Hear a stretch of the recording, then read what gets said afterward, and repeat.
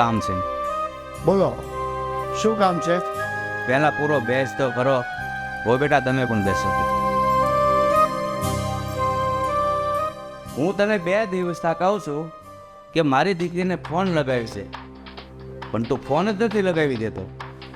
અરે પણ આચારે વાત કરીને તમારે શું કામ છે એ જ ખબર નથી પડતી. અરે પણ તું કેવો બાપ છે, દીકરી સાસરે ઓળાવી દીધી એટલે પછી શું એની ખબર અંતર પૂછવાની જ નહીં?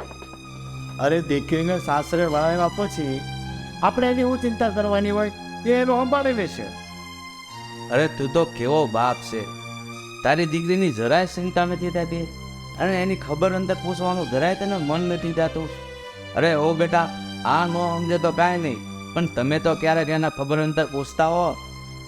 બાપુજી, ફોન કરીએ કે ના કરીએ, આશરના ઘરે સુખી છે, પછી એને ફોન કરીને વારે ઘડી હેરાન શું કામ કરવાની? ચાલો ને, આપણે મોડું થાય છે. હા, બેતરામની લપ તો ખૂટશે જ નહીં. એ જ ને. ચાલ. ચાલો. હાલો બેટો, આ કેવો માણસ છે એ ક્યાં ખબર નથી પડતી. એમને એની સગી દીકરીને નથી પડી. કાંઈ વાંધો નહીં, એને એની દીકરીને નથી પડી ને, તો હું આજે જ મારી દીકરીને ઘરે જાઉં છું અને એના ખબર અંતર પૂછું છું. આજે એટલે નહીં, હું અત્યારે જ જાઉં છું.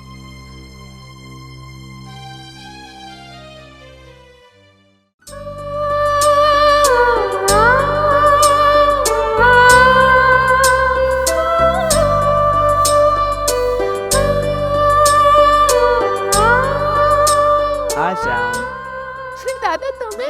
હા બેટા, શું કરે બેટા?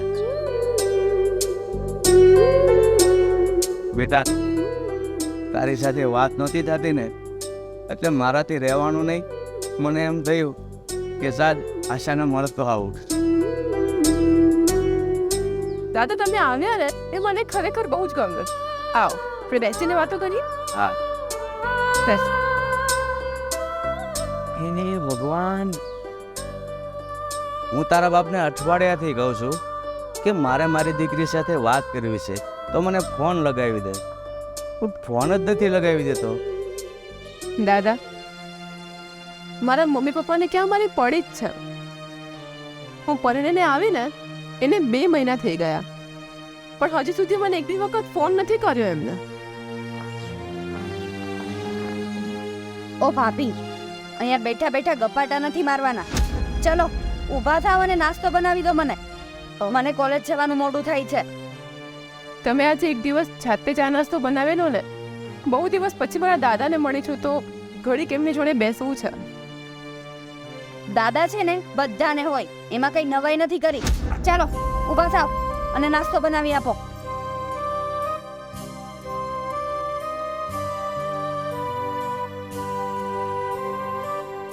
હે ભગવાન, આ મારી દીકરીની નણંદ કેવી છે, વધારે પડતો થોડો પાવર કરે છે.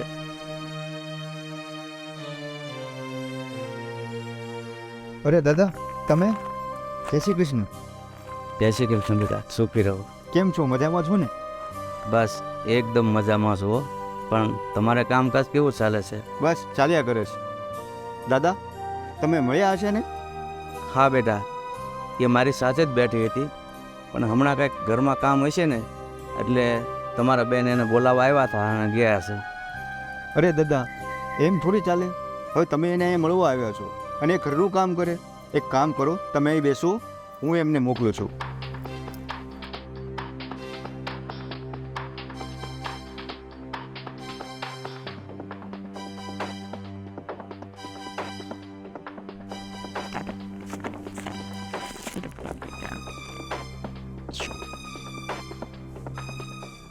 બેટા, હવે હું ઘરે જવા નીકળું છું. ક્યાં જવું છે તમારે દાદા? રોકાઈ જાઓ ને થોડીક વાર હજી. ના બેટા, રોકાવું નથી, કારણ કે હું તારા પપ્પાને પૂછ્યા વગરનો આવ્યો છું અને એ નકામા વળે મને ગોતાગોત કરશે. ઠીક છે દાદા, તમારે જવું હોય તો જાઓ, હું તમને રોકીશ નહીં. પણ હા, તમે ઘરે જાઓ ને તો પપ્પાને કહેજો કે મેં છે ને એમને મારી બંગડી જે મને ફિટ પડતી હતી ને એ બદલવા માટે આપી હતી, તો એ મને આપી દે પાછી. શું એ બંગડીઓ હજી તારા બાપે પાસે નથી મોકલાવી? ના દાદા, દાદા 2 મહિના થઈ ગયા તો પણ પાછી નથી મોકલાવી. ને મારી નણંદ મને સંભળાવ કરે છે આ વાતને લઈને. કેટલો નફ્ફટ છે તારો બાપ. એ ઢોર જેવાને એટલી પણ ખબર નથી પડતી કે દીકરીની વસ્તુ ઘરમાં ન રખાય, સમયસર એને પાછી પોગાડવી જોઈએ. કાંઈ વાંધો નહીં બેટા, તું ચિંતા નહીં કર. હું જઈને તરત જ તારા બાપને વઢું છું. સારું બેટા, તો હવે હું જાઉં છું.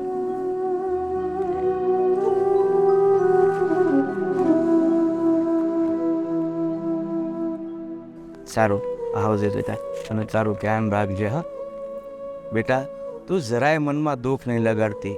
હું જીવું છું ને, આ તારા દાદા જીવે છે ને, ત્યાં સુધી તારે ચિંતા કરવાની કાંઈ જરૂર નથી. ચાલ બેટા, હવે હું જાઉં છું. હો? યાર રાખજો. હા બેટા.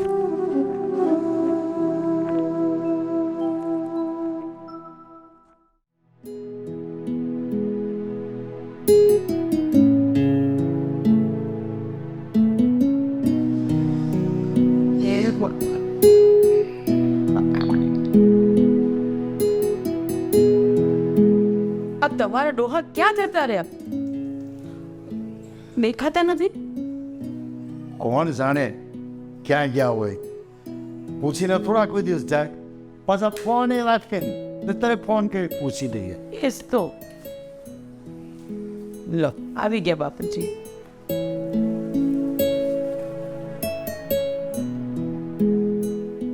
ક્યાં ગયા તા પૂછ્યા વગરના? હું મારી દીકરીને ઘરે ગયો હતો. રખતા હો, તમને તો તમારી દીકરીની નથી પડી, પણ મને મારી દીકરીની પડી છે. હા તો દીકરીને મળી તાજા થઈ ગયા. તને બોલવાની પણ કાંઈ ભાન છે? હું દીકરીને ઘરે ગયો હોય ને તો તારે એમ પૂછવું જોઈએ કે બાપુજી દીકરી શું કરે છે, સમાચાર પૂછવા જોઈએ. એની બદલે આવા વાંકાવાની બોલે છો. કાંઈ પૂછવાની જરૂર નથી. આશા ખુશ જ છે. કાંઈ ખુશ નથી. તારા નામના રોજડા રોવે છે એ. મારા નામના રોદન એટલે તમે કહેવા શું માંગો? આશાએ એની બંગડી અહીંયા મોકલાવી હતી બદલાવવા માટે, અને તે હજી એ બંગડી પાછી નથી મોકલી. બાપુજી, મેં આશાને 20 તોલા હોનું આપ્યું છે. હવે એમાં 2 તોલાની બંગડી ન આપવી તો શું ફરક પડે? તું ફરકની વાત કરે છે ને બેટા, તો ફરક ઘણો પડે છે. તારા લીધે એ દીકરીને એની નણંદ ઘરમાં છે ને બહુ નટખટ છે. જ્યારે હવે તે મેનાટોના બોલતી હોય ને, છતાં તારી દીકરીને એ બધું મૂંગા મોઢે સહન કરવું પડે છે આ તારા લીધે. હવે એવી બંગડી કાંઈ મોકલવાની ન હોય. અને તમે છે ને આ ખોટી લપ ન કરો. તું બંગડી નહીં મોકલાવે ને તો હું મોકલાવીશ, પણ હું મારી દીકરીને એના સાસરીયામાં મેણા ટોણા સંભળાવવું પડે ને એવું તો નહીં જ થવા દઉં. એ હા, મોકલી દેજો.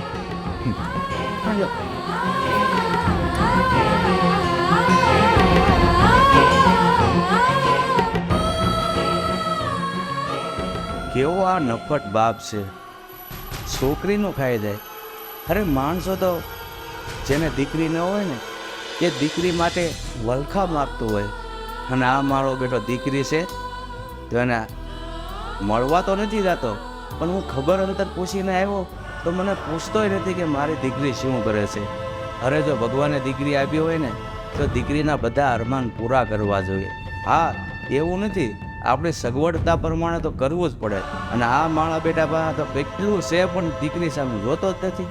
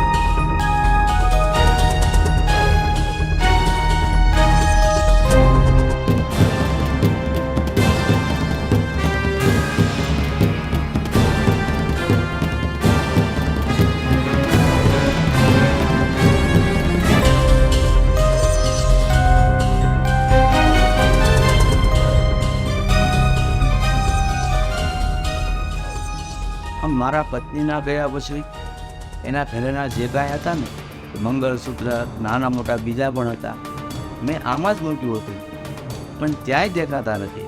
કોણ જાણે કોણ કર્યું હોય એમ.